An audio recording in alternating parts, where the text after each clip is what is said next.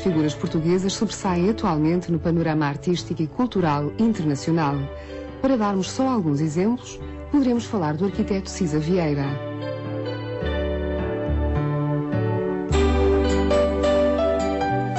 da pintora Paula Rego, do pintor Manuel Cargaleiro,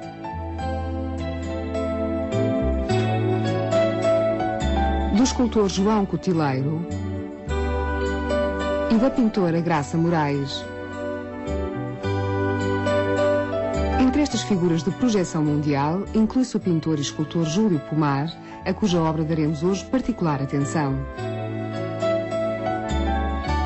Júlio Artur da Silva Pomar nasce em Lisboa a 10 de janeiro de 1926. Frequenta Belas Artes, primeiro em Lisboa e depois no Porto. A sua obra, plena de liberdade criadora, manifesta uma acentuada diversificação de processos e evidencia um percurso multifacetado e singular.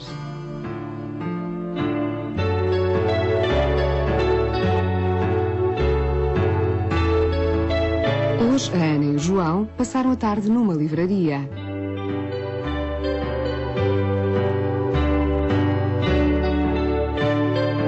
Foram procurar conhecer alguns autores portugueses de projeção internacional.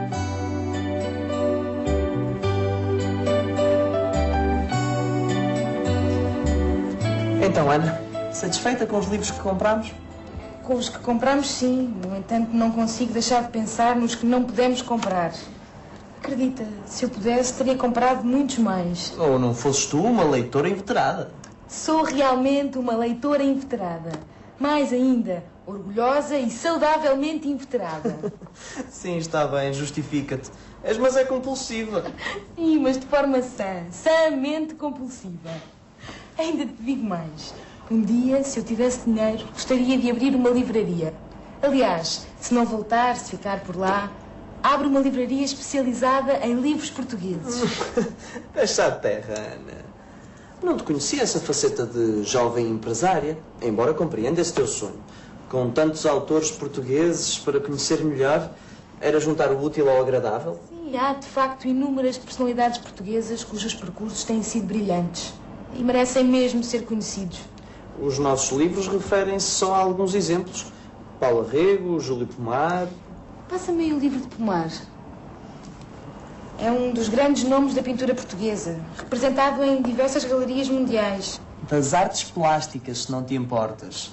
Tem pintura, mas também tem desenho, escultura, gravura, cerâmica, ilustração. Não te lembras da decoração mural em azulejo que está na estação de metro do Alto dos Moinhos? Ah, sim, já me lembro. É imagens de Camões, Bocage, Fernando Pessoa, Almada Negreiros. Mas o que mais me fascina é a pintura. Repara só nesta profusão de cores. Pois é. Eu gosto muito deste azul. Os azuis e os vermelhos são muito vivos, muito exuberantes, não é? Sim, no entanto, a harmonia é perfeita. Mas o que mais me impressiona são os animais. Os tigres, os macacos, os porcos, vistos de vários ângulos e nas mais diversas perspectivas. Que animal é este? Mostra.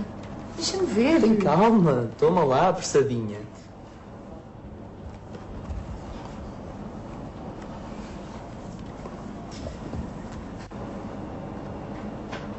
Eu gosto muito de Pomar. Mas as telas da Paula Rego também são impressionantes. Sobretudo a imagem da mulher. Tem um impacto muito grande. Ora, vê lá. Repara nos corpos, nas posturas. Os rostos, as mãos, as pernas, os pés. É de facto impressionante. Cada quadro parece que conta uma história. Leva-nos a imaginar o que se irá passar a seguir. Agora por história. Tens de ler José Saramago. É um notável contador de histórias. O que ganhou o Prémio Nobel da Literatura aqui há uns anos? Esse mesmo. Foi galardoado em 1998. Este livro é dele. É um autor muito traduzido. Sim, está traduzido em mais de 25 línguas.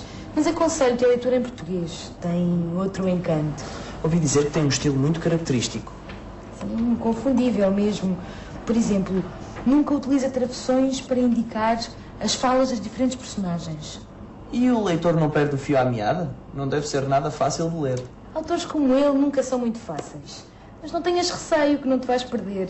O que é curioso é exatamente isso. O leitor nunca se perde, nunca confunde os interlocutores. O domínio da técnica narrativa é perfeito. E as histórias envolventes, fantásticas. Bom, já me convenceste. Vou ter muito que ler. Mas hoje gostava de passar os olhos por este livro sobre o Cisa Vieira. Olha aqui, o Pavilhão de Portugal. Ainda te lembras? Claro, é um edifício emblemático, com esta pala em betão armado a cobrir a praça cerimonial. Embora seja de betão, parece levíssima. É um feito de engenharia extraordinário. O material é contínuo, não tem juntas. Também são dele a estação de metro Baixa Chiado e o próprio plano de reconstrução do Chiado. Toda a zona foi recuperada de forma a conservar o mesmo ambiente que tinha antes do incêndio de 1988. Deve ter sido um desafio enorme. Não é à toa que a sua obra é conhecida por todo o mundo. Tem mesmo uma vasta obra no estrangeiro. E o que é que tens mais aí? Mostra lá. Tenho um livro sobre o mestre do cinema português, Manuel de Oliveira. Há tantos autores portugueses notáveis que me apetecia conhecer melhor. Se nós tivéssemos mais dinheiro... Já sei. Abrias uma livraria. Olha, entretanto, enquanto isso não acontece, o melhor será pensarmos em poupar um bocadinho mais. Para comprarmos mais uns livritos. Hoje, a Ana e o João quiseram conhecer melhor a obra de alguns autores portugueses. A propósito da sua conversa, abordaremos alguns advérbios e o modo de formação do plural de alguns nomes e de alguns adjetivos.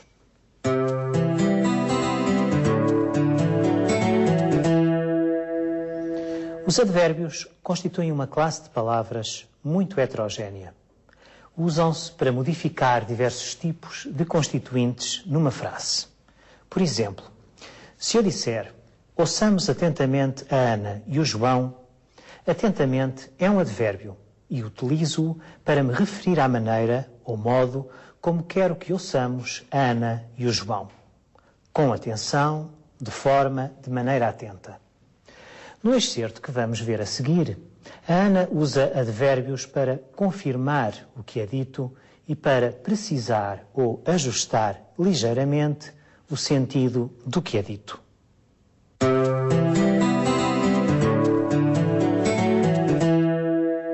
Estou uma leitora inveterada. Sou realmente uma leitora inveterada.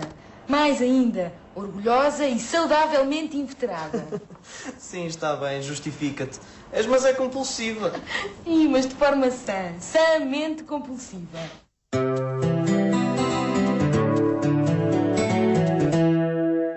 Em português, muitos advérbios são derivados de adjetivos com o sufixo mente. No excerto que revimos, realmente, saudavelmente e sãmente são advérbios derivados de adjetivos por sufixação. Realmente, real mais mente, saudavelmente, saudável mais mente, sãmente, sã mais mente. No primeiro exemplo, realmente forma-se a partir do adjetivo real a que se juntou o sufixo mente. No segundo exemplo, saudavelmente forma-se a partir do adjetivo saudável mais o sufixo mente.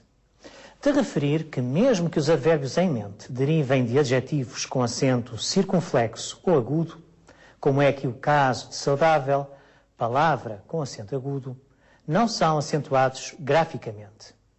Estes exemplos demonstram que quando os adjetivos são uniformes, isto é, têm a mesma forma para o género masculino e feminino, como é o caso de real e de saudável, o sufixo mente vem juntar-se a esses mesmos adjetivos para formar o advérbio.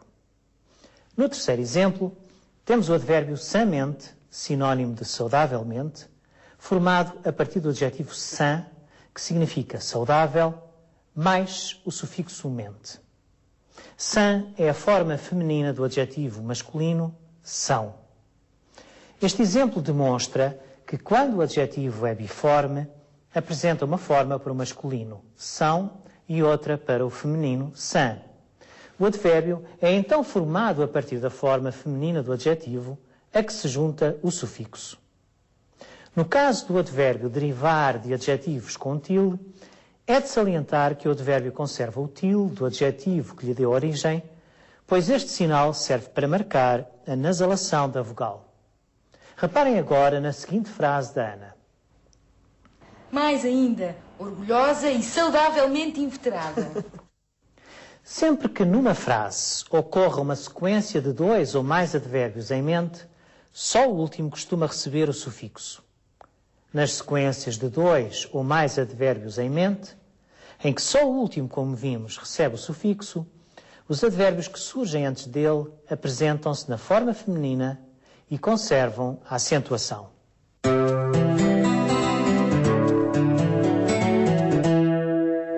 Vamos falar agora da classificação e da posição de alguns advérbios na frase.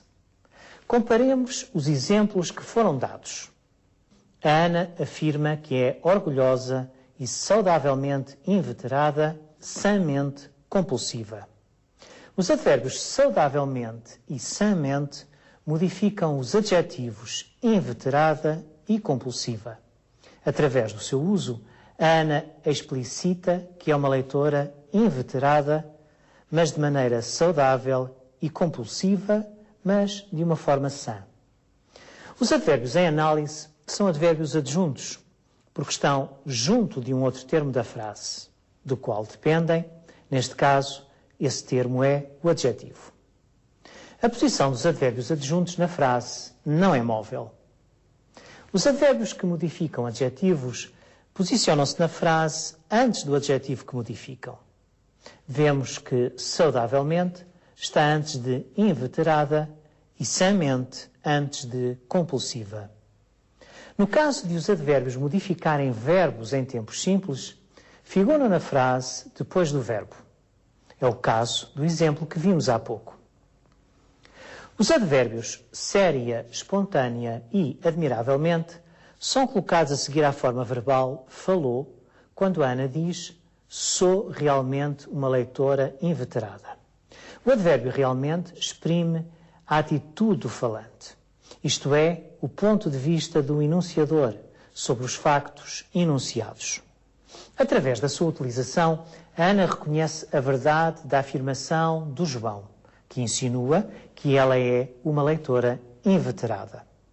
Estes advérbios designam-se disjuntos, pois não modificam um dado elemento específico dentro de uma frase, mas toda uma frase, globalmente considerada. Ao contrário dos advérbios adjuntos, os advérbios disjuntos caracterizam-se normalmente pela mobilidade, pela possibilidade de poderem ocupar diversas posições na frase. Sou realmente uma leitora inveterada. Realmente sou uma leitora inveterada. Sou uma leitora inveterada realmente. A Ana utiliza o advérbio no meio da frase, mas poderia tê-lo utilizado no início ou no fim. Assim, poderia ter dito realmente sou uma leitora inveterada ou sou uma leitora inveterada realmente.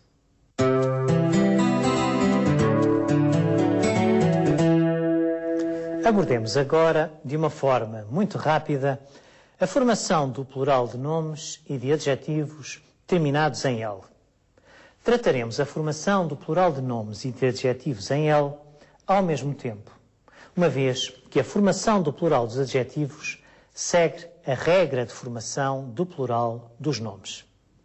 Vejam o exemplo que apresentamos. Mas o que mais me impressiona são os animais.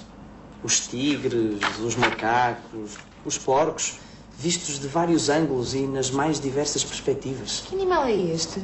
Mostra. Deixa-me ver. Tem calma, toma lá, apressadinha.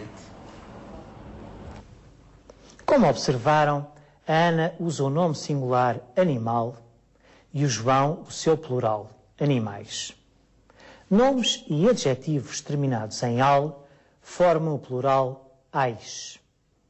No diálogo, ocorrem ainda nomes ou adjetivos terminados em el, il e ul. Os nomes e os adjetivos terminados em el formam o plural em eis. Exemplo dos adjetivos notável, notáveis. Os nomes e os adjetivos terminados em il formam o plural também em eis. Adjetivos fácil, fáceis. Os nomes e os adjetivos terminados em ul, átono não acentuado, formam o plural em uis, caso dos nomes azul, azuis. Finalmente, nomes e adjetivos terminados em ol, de que não vimos exemplo no diálogo, formam o plural em ois, como os nomes farol, faróis. Bom, pela minha parte, por hoje é tudo. Convido-vos agora a conhecerem um pouco da obra de uma das personalidades portuguesas que se destaca internacionalmente no mundo da pintura e da escultura. Proponho-vos assim um breve encontro com Júlio Pomar. É no âmbito do neorrealismo a partir dos anos 40 que a obra de Júlio Pomar começa a ganhar destaque nacional. O autor é considerado o expoente máximo do neorrealismo. A fase neorrealista prolongar-se-á de 1946 a 56. Desta fase destacam-se O Gadanheiro, de 1945, e O Almoço do Trolha, de 1946-50.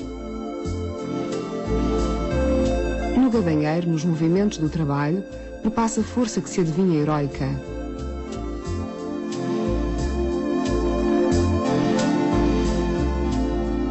A personagem central do Almoço do Trolha, acocorada e encolhida, revela também, por contraste, uma enorme força latente.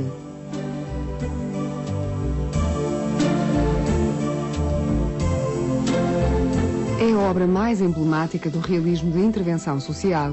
Nestas, figuras de trabalhadores anónimos preenchem quase toda a tela, agigantando-se com os seus corpos entre o deformado e o escultórico, transformados em heróis do cotidiano. A partir de 1957, Pomar envereda por um neofigurativismo lírico de que é exemplo Maria da Fonte. Os contornos começam a ficar indistintos e assistimos a uma certa fragmentação e escurecimento. Tal caminho irá conduzir ao surgimento, em 1964, da importante série da tauromaquia.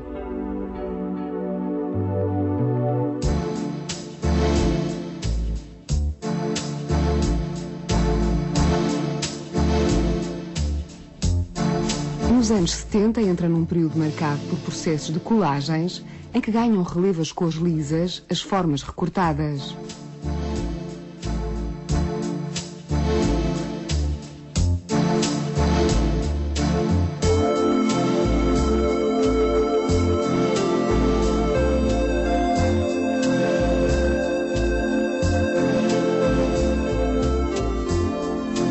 Em curso desde 68, a temática erótica é explorada numa série em que o erotismo adquire um tom explícito.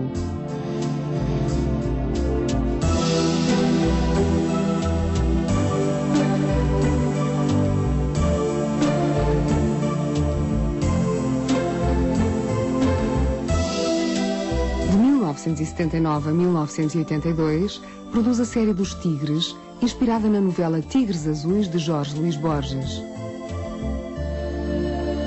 As figuras de animais, numa efabulação delirante, desempenham um saliente papel no trabalho de Pomar.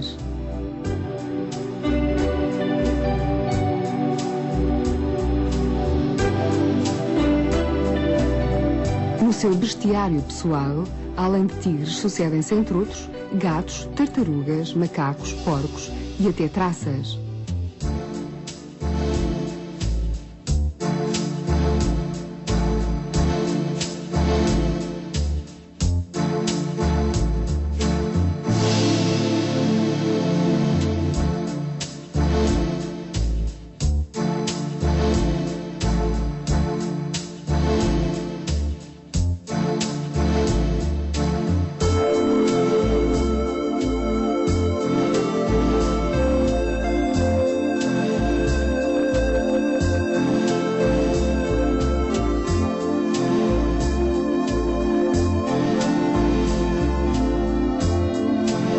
Sobre o bestiário, diz-nos Pomar.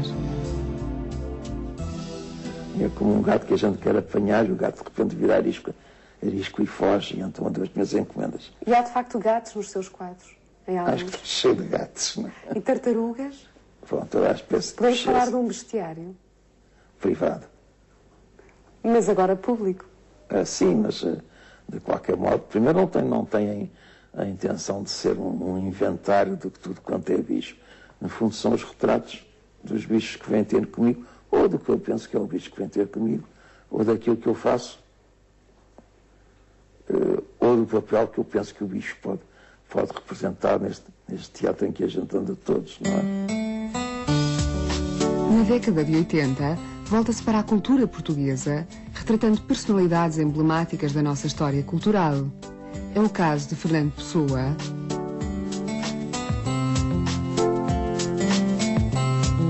ou Camões. Em Lusitânia, no bairro Latino, de 1985, vemos Mário de Sá Carneiro, Santa Rita Pintor e Amadeu de Sousa Cardoso.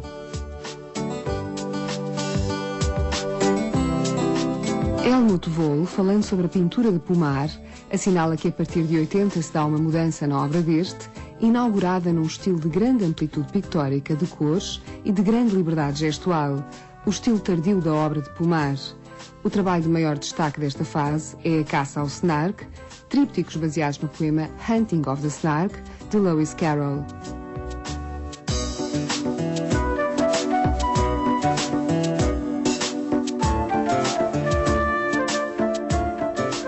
Júlio Pomar é também um nome ligado à azulejaria. Camões, Fernando Pessoa e Almada Negreiros surgem em 1989, representados no enorme painel da estação do Alto dos Moinhos.